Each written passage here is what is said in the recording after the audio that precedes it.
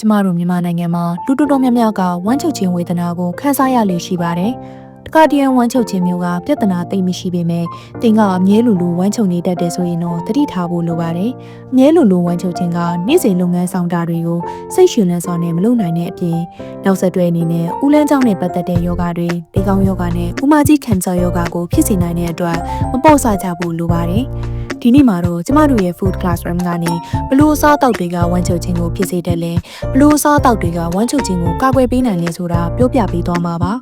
အမြင့်တက်နေပါတဲ့အစားအစာတွေဖြစ်တဲ့ပေါင်မုတ်ဖြူ၊ခမင်းဖြူ၊ခောက်ဆွဲအရက်ပီယာ fast food တွေနဲ့မဲသားစိတ်သားတို့လိုအသားတွေကဝမ်းချုပ်စေတတ်တဲ့အတွက်ပမာဏများများအမြဲလိုလိုစားမိရင်ဝမ်းချုပ်ခြင်းကိုမကြာခဏခံစားရတတ်ပါတယ်